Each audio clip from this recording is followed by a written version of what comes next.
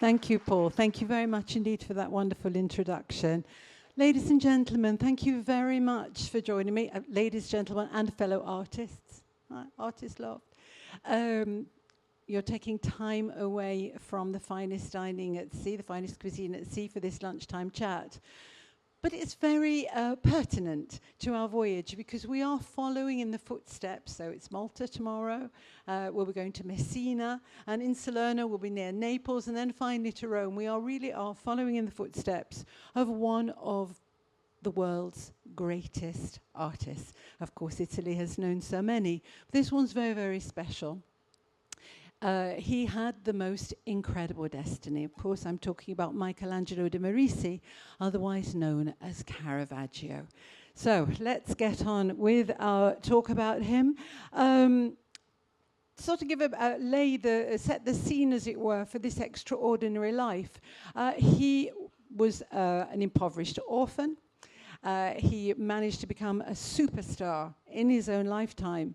But then he's going to descend into a life of debauchery and, let's say, petty criminality that culminated in a death sentence for murder. So we're going to follow his story through and see just the enormous impact he's going to have on so many other artists that follow him. So for those of you who haven't met me yet, who've not ventured up to the Artist Loft, can't see, but normally I would show you a view of my artist loft there in Paris, in the Montparnasse district, where I've been painting for many years. And I learnt, as Paul said, the classical techniques of European painting in the Louvre Museum, and that owes a great deal to Caravaggio. So I dare to say I use the same techniques as he. So let's get started. Yes, and you will be treated to some technical information if you don't fall asleep while I'm doing it. So, Michelangelo de Merisi. His life was really quite an enigma. And most of what we know about him comes from rather unfortunate police reports, court records, because he had a very tumultuous life. He was born in the little northern Italian town of Caravaggio. His parents, well, his father was a stonemason, not the labouring kind of stonemason, but more of a sort of architect, decorator. His mother had some faint, tenuous links to nobility. And this will, he's going to play on this quite a bit. But whatever. Because by the age of 6, both his parents had died. They'd been swept away in one of the many outbreaks of the plague. We next hear of him as a teenager, when in Milan he was apprenticed to an artist's workshop, where he would have learned the traditional techniques, he would have learned drawing skills, copying from the antique, oil painting techniques, copying the old masters, the traditional ways of training. But then we lose track of him until we pick up his trail again in Rome in 1592. Now, Rome back in the time was a magnet for artists. There was a huge art scene going on. A great deal of art was being commissioned. But it was a very violent and crime-ridden city with all sorts of different gangs fighting out their differences. But he was already, as you can see, a very highly skilled painter, so he had no difficulty finding work in various workshops. Now, back then, it was quite normal. An artist was really more of a craftsman, and it was quite normal for, in a workshop, when they received a large commission, that the master would direct many assistants and apprentices to work on it together, each contributing according to their own skills. Michelangelo's speciality were painting heads, fruit, and flowers. So we can see some of his still lifes here. But strange as it may seem to us today, still life subjects were not considered real art. It was not really a worthy subject. It's good enough just to show the skill, which seems pretty incredible if you look at the quality of his work. But anyway, it seemed that he pretty soon tired of painting at the bottom of the ladder because he took the very unusual step of going it alone. He started to paint for the open market. Now, this was quite a risky step because normally if an artist, if he was not employed in a workshop under the direction of a master, if he was lucky, he would get a place as a sort of artist in residence with a wealthy private patron. So he's in the middle of nowhere, really. He must have cut a very solitary figure. living in poverty. But his work was a quality and a style that very soon... Excuse me, is my microphone okay? Yeah, it's good. It sounds funny to me, but if it's okay for you. Well, his work was of a quality and particularly of a style that started to get him noticed.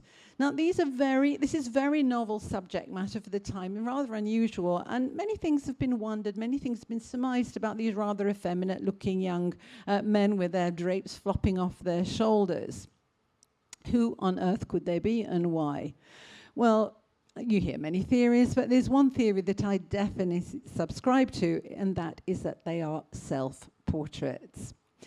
Now, when I hear art historians bang on about the psychological implications of an artist painting his self-portrait, well, I roll my eyes quite a bit.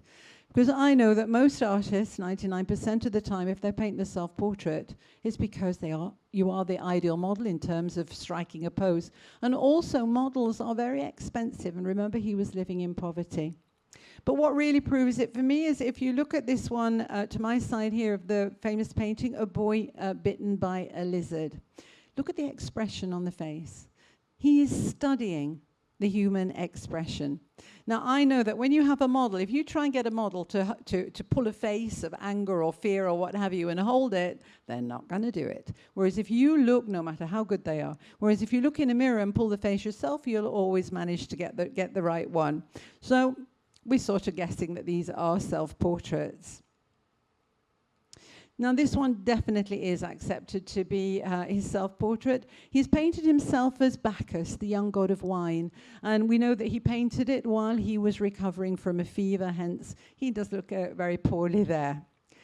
But in this early painting, we can already see the beginnings of Caravaggio's signature style. First of all, it's this very singular use of light. Now, he would have used natural light, of course, maybe candlelight, but largely natural light coming through a window. But it's an exaggeration, a complete exaggeration, giving us this sort of spotlight effect. Another thing that's very typical of Caravaggio is the incredible realism. And often when you look close at his paintings, you're going to see details like dirty fingernails, dirty feet, blemished fruit. And also they tend to be very close cropped. You're up close and personal. Here's another typical early Caravaggio subject. It's a street scene, a typical Roman street scene. Here we can see a finely dressed and rather gullible young man. He's having his palm read by a young gypsy on the street.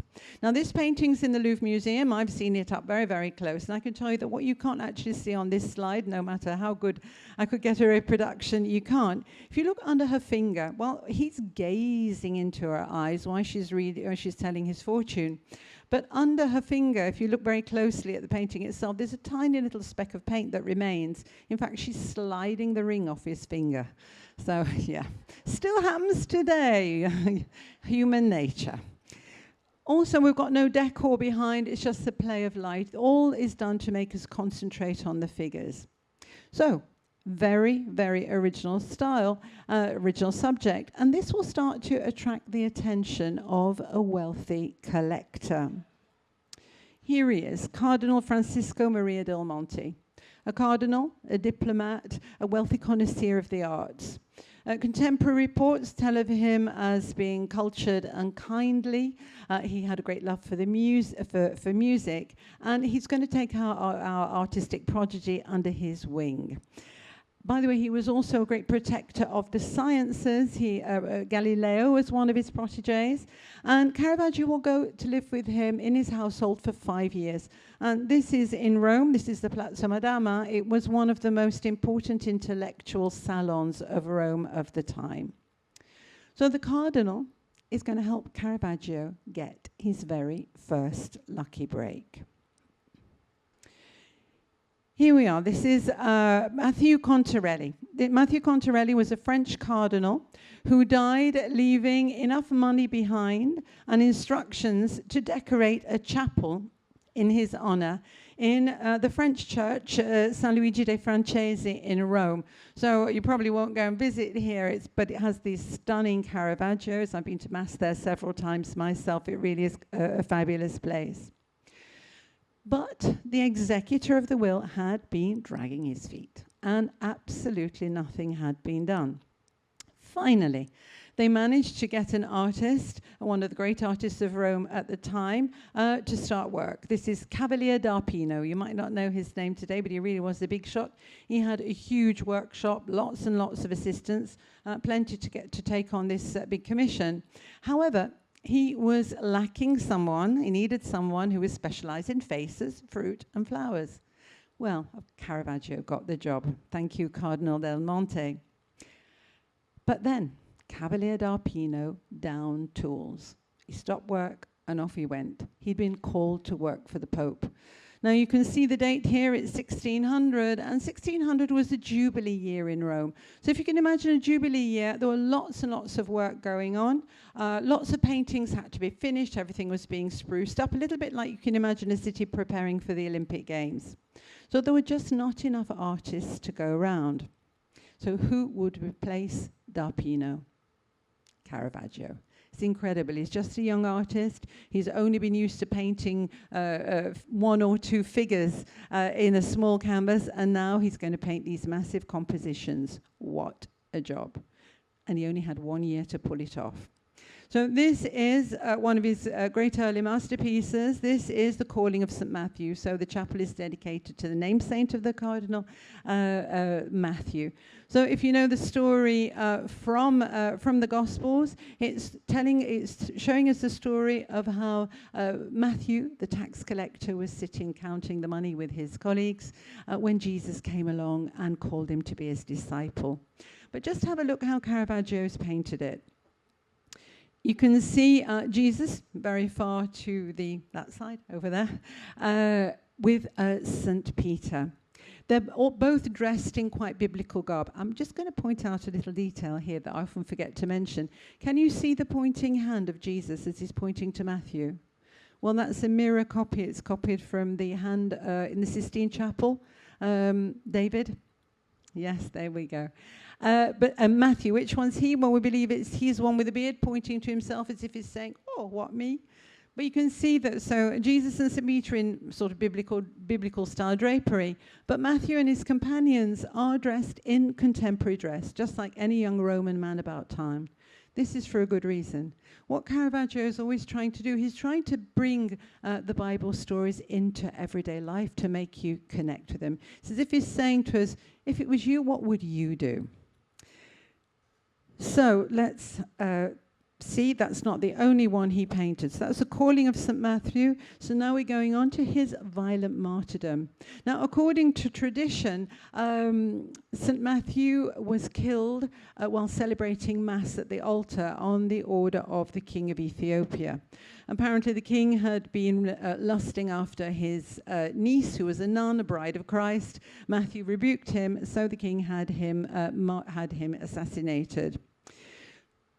The cardinal who commissioned this, he's given a lot of instructions about there's got to be bystanders, the architecture. And can you see who's far away in the background? Look at that face, looking rather worried as if he ought to be doing something but daren't. Well, it's a self-portrait of Caravaggio. My favorite thing in this painting here, we're going to see this quite a lot in Caravaggio's work. Can you see the angel on the cloud? Can you see that he's leaning down? He's leaning down and he's placing something into the hand of Matthew as he's about to breathe his final breath. It's a palm frond. And you're very often going to see these in paintings. Palm fronds can mean many things. But usually when you see it in a context like this, it is the sign of a martyr. So this was an important break for Caravaggio. It was a private chapel, but in a public place, a public church, everyone could see it. And it caused a stir because nobody had painted religious art like this before. Brand new style, a key moment in the history of art. So to understand what I mean, comparison. Here we go. So we're going to compare these two artists. Now, Annibale Carracci, I don't know if you know him, but at the time, he was really one of Rome's favorite artists. You can see two very, very different styles, and yet the two painters, they both had quite a lot in common. They were both from the north of Italy. They were born no more than 10 years apart. They both loved the art of the Venetians, particularly they copied Titian.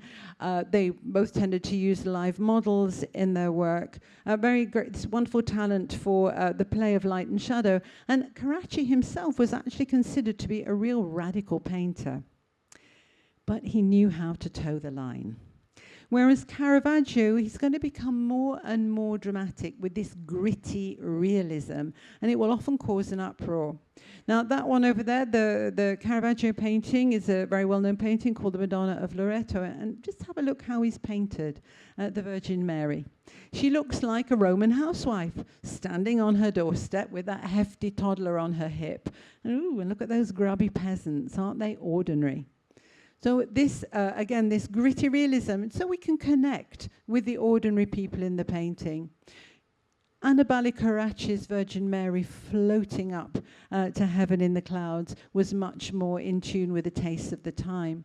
But today, who's better known, Carracci or Caravaggio?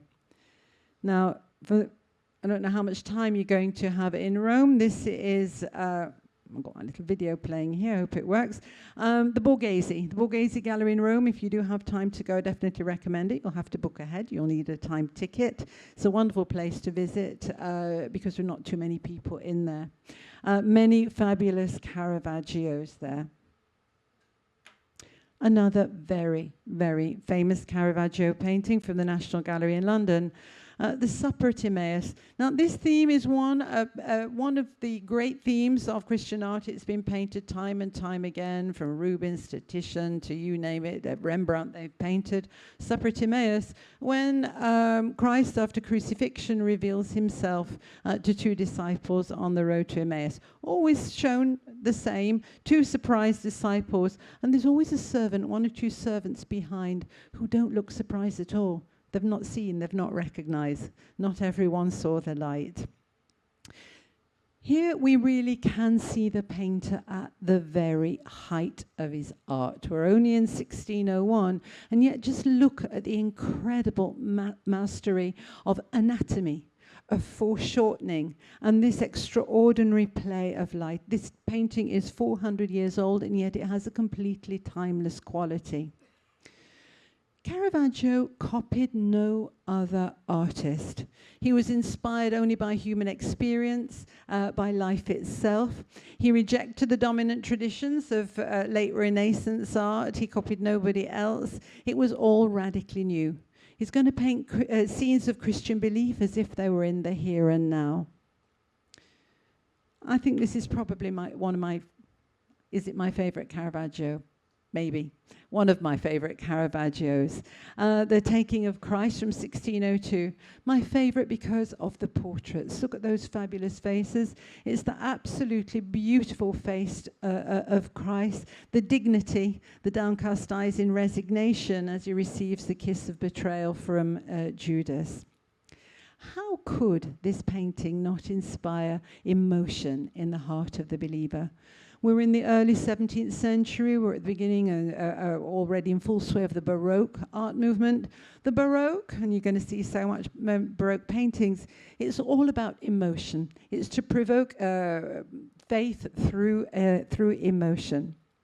For me, it really is proof of the strong and burning faith of Caravaggio, because believe me, you cannot paint a painting like this if your heart's not in it. And as always, he's going to emphasize Christ's humanity over his divinity, always back to the human. But unfortunately, fame seems to be going to his head. By the way, can you see, look who's holding the lamp there? That's a self-portrait. There he is. Yeah, he looks a bit of a bad boy. Now, we do have a description of him. We don't have a great deal about Caravaggio, only from the negative side, but it was his barber. His barber gave a description. He said that he was stocky. He had a stocky build. He had untidy hair, black eyes, bushy eyebrows, and a sparse beard. He was dressed in black like a nobleman, but his clothes were shabby. Now, we have this description of him because, guess what? It was a witness statement. It was from one of the police reports. He'd been up to something, and his barber had given his description. So he really was starting to go off the rails. He would have periods of working very, very hard and producing pure beauty, and other periods where he just stopped working and he'd go swaggering around Rome, wearing a sword, the sign of a nobleman, which he was not entitled to, be drinking, brawling, gambling. He was brought to trial on at least 11 occasions. Now, we often think of Caravaggio as really being a bad criminal, but in fact, when you look at the charges that were brought against him, it's swearing at a constable, not paying his landlady, writing rude verses about a rival, and throwing a plate of artichokes in the face of a waiter. So we could say it's petty delinquency more than real crime. So he was an unruly lout, but this was Rome. He was not the only one. It was a violent city, and these were violent times. But of course, he did paint. Now, he was a very, very, very sought-after artist at this time. And this huge painting that unfortunately really needs to be cleaned and restored, it's the Death of the Virgin Mary in the Louvre Museum. Now, I see this an awful lot, and I'm always saddened at just how dirty and dark it is. And you may think the Louvre, with all its visitors, has endless money to take care of the paintings. Unfortunately not. But this is going to be Caravaggio's last Roman painting. It was commissioned, again, by private patrons for a private chapel of a Carmelite church in Rome. Now, the patrons chose Caravaggio. They obviously knew what they were getting, and so they presumably approved it. But the church said, no way. And this very often is going to happen to Caravaggio. They said, that's not the Virgin Mary. She looks more like a prostitute that's been dragged from the river. You see where she is. And of course, this is probably the case because he used live models for his work. And who are you going to get to pose for you? Well, usually it's prostitutes, and he knew many of them. So the painting was rejected. However, young Rubens, the great Peter Paul Rubens, he was a young artist training in Rome at the time, and he saw it, loved it, and persuaded his patron, the Duke of Mantua, to buy it, which he did. But then later on, the Duke of Mantua put his whole collection up for sale. It was snapped up by Charles I of England. You know what happened to him? Head off. And after that, his collection was sold, and the first one to get his hands on this was the son, King Louis XIV himself. That's why it's in the Louvre. But it's just after painting this that the great catastrophe of Caravaggio's life will happen. It's on the 29th of May, 1606, he made a bet on the outcome of a tennis game. Now, his opponent was his so-called friend, but a pimp, a rather disreputable pimp called Ranuccio Tomassoni. After the tennis match, they argued, a brawl broke out. Both pulled their swords. Tomassoni came off worse. He's lying on the ground. Caravaggio went for him with his sword, nicked the femoral artery. Very, very quickly, Tomassoni bled to death. But did he really mean to do that? Now, do we have any British people here? Any? No Brits? Yes, we've got. Oh, okay. Well, you'll know the name Andrew Graham Dixon. Probably. Well, he's a BBC broadcaster. He's an excellent art historian, a colleague of mine. And he's a real Caravaggio lunatic. And he did some incredible research. He went going through all the documents he could find about this event. And he came up with a very good theory that the brawl was over a woman. We even know her name, Filida Melandroni. Now, in Rome at the time, honor was all important. And people were very quick to take offense. And when street fights broke out, the wounds you received were according to the offense you'd made. For instance, if you insulted a man's reputation, you get your face slashed. If you insulted his woman, castration. So probably this is what Caravaggio was trying to do to Tomassoni, but he missed and nicked the artery. So whatever, we'll never have the proof, but he's now on a death sentence for murder. Not only that, there is a price on his head. If you can't bring him back, the whole man back, then cut off his head and bring that and you'll get paid. So he's going to have to flee. He will flee in exile to Naples and never see Rome again. But Naples was then part of the great Spanish Empire, so it was out of the jurisdiction of Rome, and a stellar artist such as Caravaggio got a very warm welcome indeed. He was, despite what he'd done, he was engaged, he got commissioned by the Piemonte della Misericordia. This is a charitable confraternity set up by 7 young noblemen in Naples to take care of the poor and the sick. And that confraternity still exists today. They'd built a church and it needed decorating. So they got Caravaggio to paint the 7 acts of mercy, which is a little bit their mission statement. So this, most of this comes from the book of Matthew. We can see, I was hungry and you fed me, I was thirsty and you gave me something to drink, shelter the homeless, clothe the naked, care for the sick, and visit the imprisoned. Now, you may have noticed there, or maybe you haven't, but I'm going to point it out, that we've got a lady there with breastfeeding an old man. Can you see her? Watch out for that, because you're going to see that in quite a few paintings. It's an allegory of Roman charity. It goes back to a Greek story of a young woman that went to visit her husband, her father, her elderly father, in prison. He was being starved to death, and she went to breastfeed him and kept him alive. And when it was discovered what she was doing, the warders were so impressed by her piety that they let the father go. The last one, Bury the Dead, that's from the book of Tobias. But look how the painting has been divided up. We've got the celestial at the top and the earthly at the bottom. Let's have a little, one of my homemade videos here. So this is the little church in one of the backstreets of Naples. There it is, the 7 Acts of Mercy. It is, you have to look hard to find it, but it's a very well-known little church. Let's have a closer look. Because as you can see, as you already know very well probably, that Caravaggio's paintings tend to be very, very, very dark. So this is known as tenebrism, the correct art history term. There we've got the allegory of Roman charity with the young woman breastfeeding her father. But why are these paintings so dark? Now, it's very dear to my heart that when you look at old paintings and you see they're a bit grey, they're a bit grubby, they're brown, they look very dull. Please remember, they were not painted like that. Oil paint, this is an oil paint, it's organic, it evolves, it changes. But a lot of this, why Caravaggio's paintings do go so incredibly dark, it's all to do with the underlayer of painting. Okay, bear with me now, because I can't resist. You're going to get some technical information. So this is to do with the layer that goes underneath. There we go. So oil painting. Now, oil painting arrived quite late in Italy around the 1475, by the way, introduced by a great artist from Messina. I might mention him again later as we're going to Messina.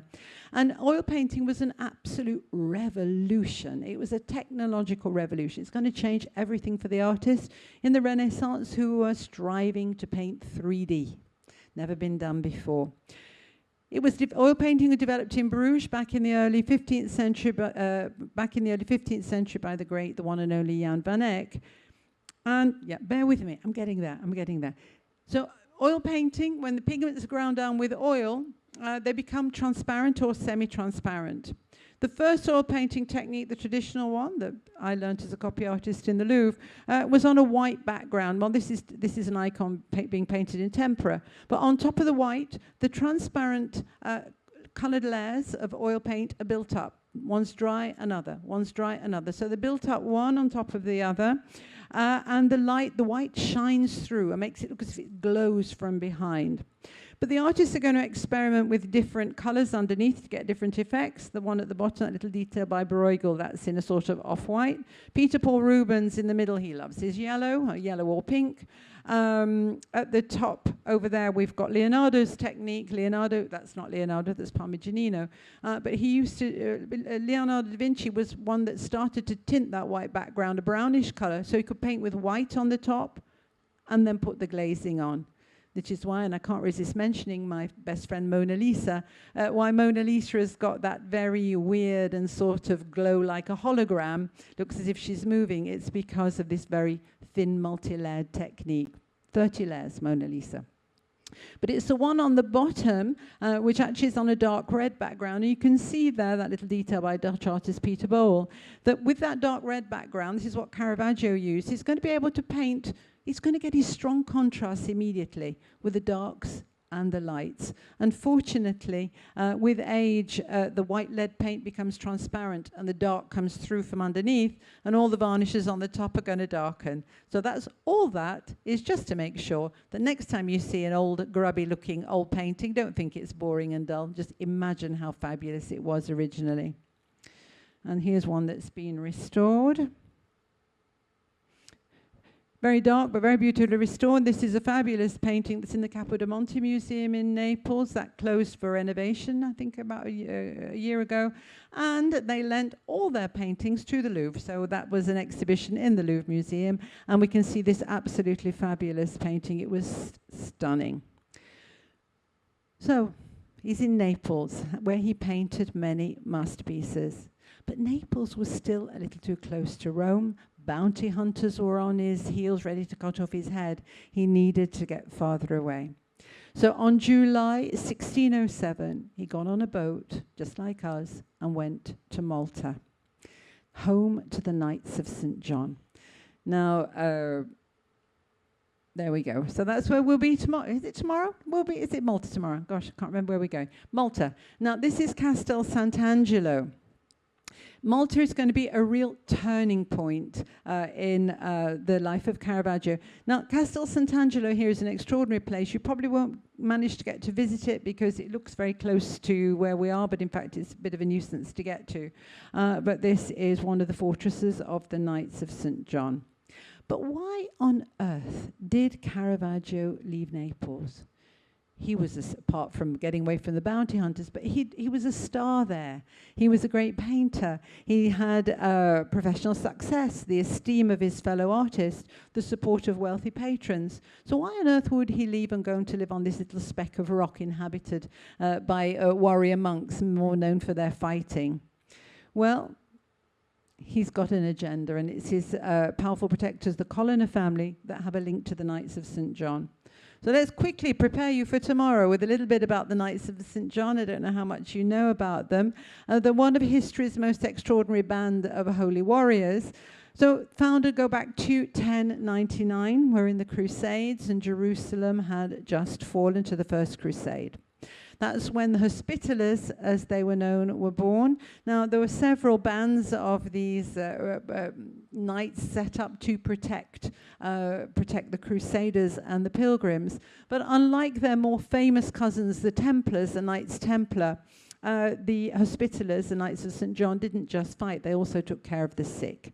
So their first base was a humble hospital in Jerusalem, but they will quickly evolve to become a military order of most terrifying efficiency.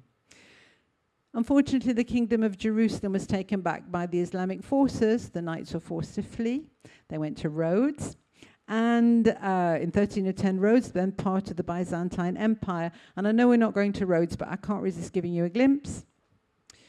Because this is where the order was in Rhodes, and this is, if you visit Rhodes, most people go up to the Grand Master's palace on the hill and forget to go to the Archaeological Museum, which is extraordinary, because this is where the knights lived. The knights came from all over Europe, from Spain, from England, from France, from Italy, and this is where many of them are buried, united in purpose and in death.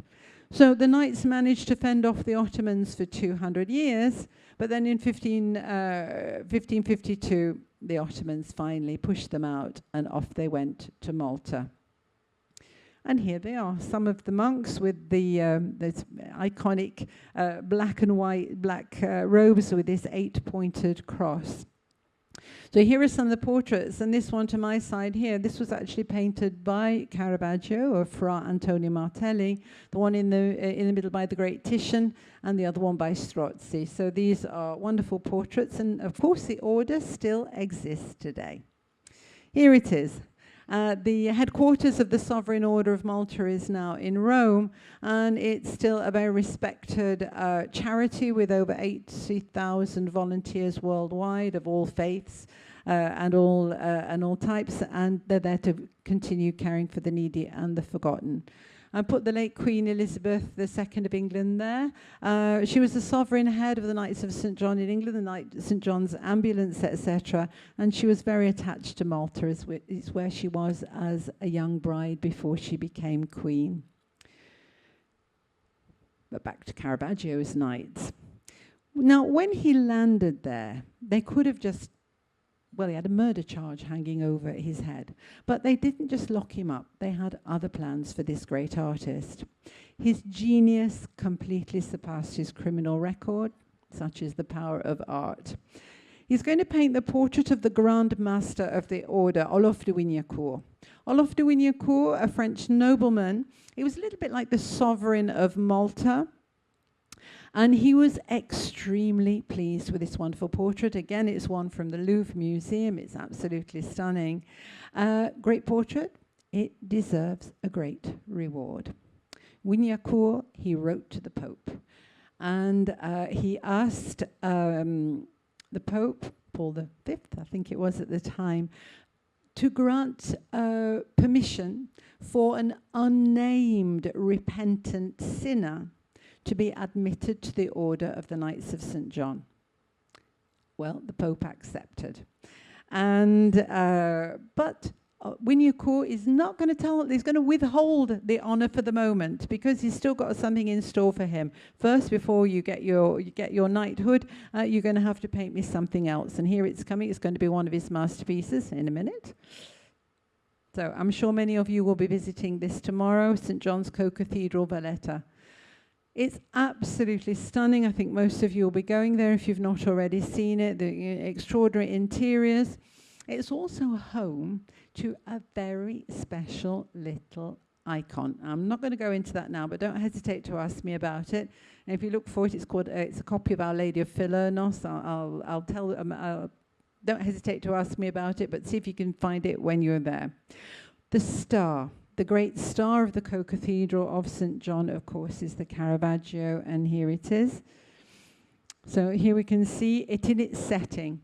So as many paintings of the time, this was painted in situ. He was there in front of it, and it was painted really for this specific place.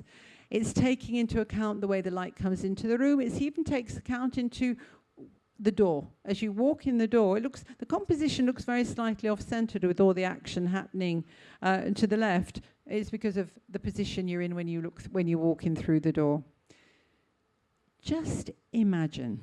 Today we've got TV, we've got cinema, we've got photographs, we're bombarded with images.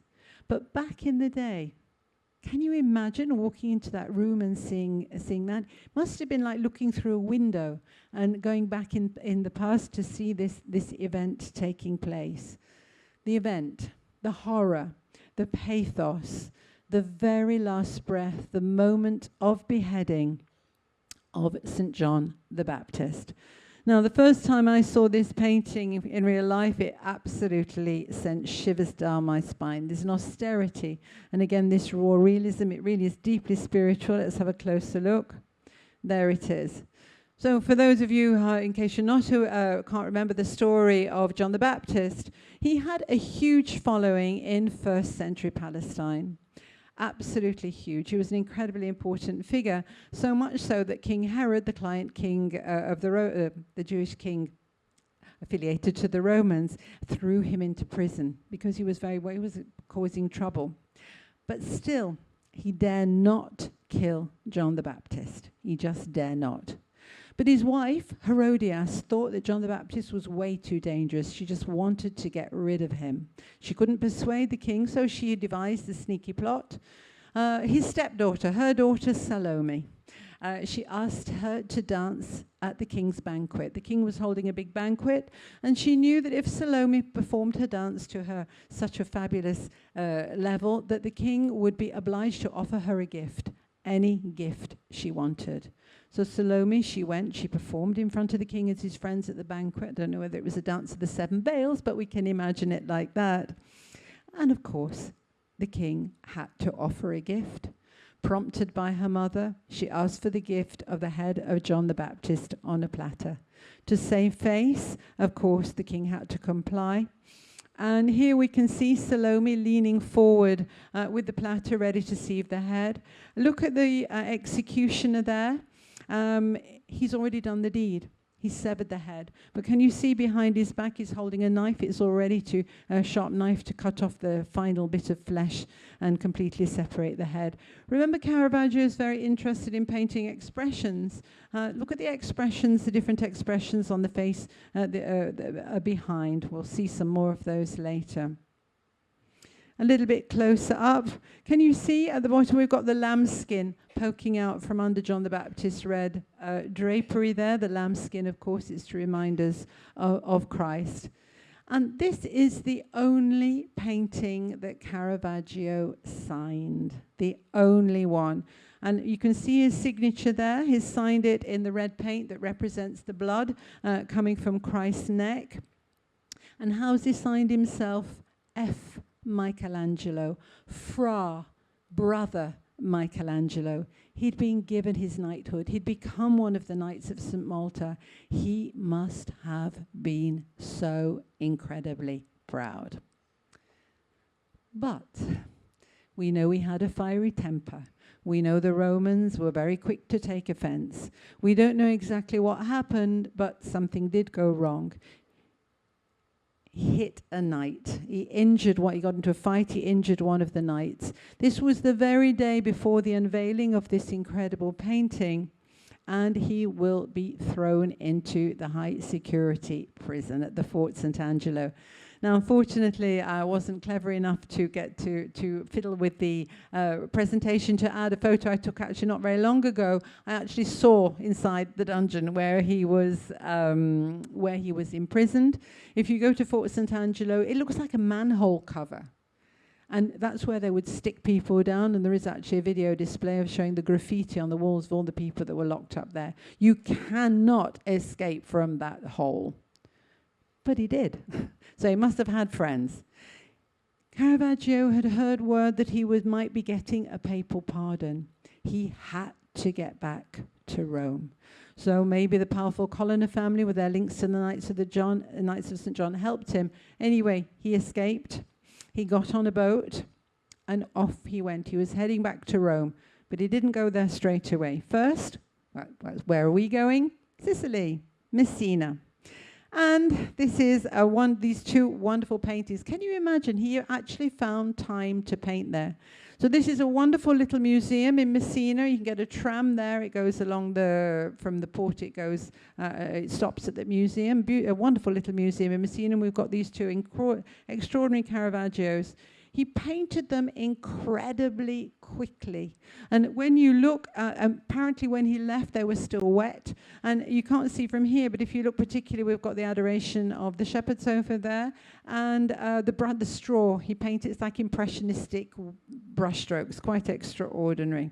So if you've got nothing else to do in Messina, I love that museum. It's even got some work of the famous, the great Antonello de Messina, the one that brought oil painting. Without him, Leonardo may not have painted Mona Lisa.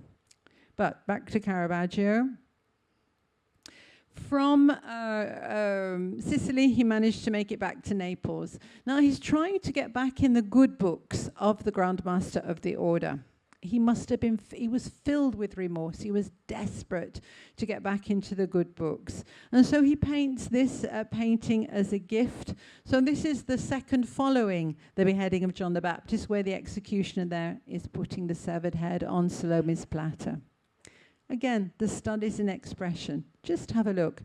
The executioner with that very matter of fact, I've done my duty, plonking the head down. Look at Salome. She knows that she's done something dreadful. She can't even bear to touch the platter with her bare hands, and she's turning her head away.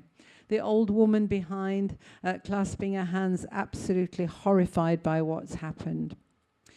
Unfortunately, this did not work. The knights were not at all softened by this gift.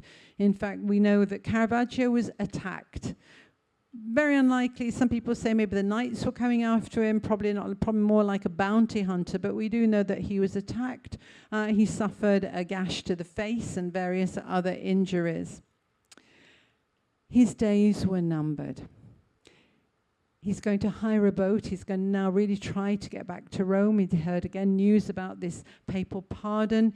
He's going to load the boat up with wonderful paintings that he'd made, anything he could do to soften the Pope's heart. And the boat set off with his paintings, but Caravaggio, unfortunately, didn't make it. Now, what happens next really is a mystery. But our English art historian turned sleuth, Andrew Graham Dixon, went on a quest to find out what happened. Well, first of all, we know that Caravaggio was reported dead in an aviso, or a newsletter, dated the 28th of July, 1610. 3 days later, another aviso arrived telling us that he died of a fever. So not only was he injured, he was also suffering from a fever, probably malaria.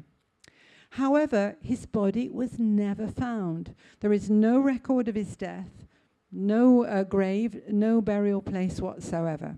So our sleuth that went searching to try and solve this mystery, with many translators going through all the paperwork, at least managed to discover that the reason his death was not recorded was that the priest who was in charge of doing it was in prison at the time. So that solves one mystery. But the death of Caravaggio, we will never know. We can only imagine. Michelangelo de Merisi, he was 37 years old, and he was sick, suffering from a fever. He was badly injured. He was eaten up with remorse and absolutely desperate to get back to Rome. Those final days of our great artist must have been a true foretaste of hell. Can you see the head there? So here we've got David with the head of Goliath. Remember, the bounty hunters are wanting his head. It's really preying on his mind. Well, have a look at that head. Yes, it's a self-portrait, of course. Caravaggio, his whole life was just like his starkly contrasted and deeply moving paintings. It was a constant battle between the dark and the light. In the end, his demons won. But did they really? Because his legacy lives on. Generations and generations of painters that follow him will continue his work. He completely changed the way art looks, as I said, from Rembrandt to so many others. He made his mark on art history. And even today, among today's modern art, he has not ceased to draw us in. So I do hope maybe you will have time to see his Maltese masterpiece. I definitely urge you to go and try and see it if you can. If you manage to get to the museum in Messina, maybe. But anyway, along your travels, you will see works of the great, the wonderful, the one and only Caravaggio. And spare a thought for him, because I'm sure his spirit's still with us. Thank you very, very much for being here with me. Thank you.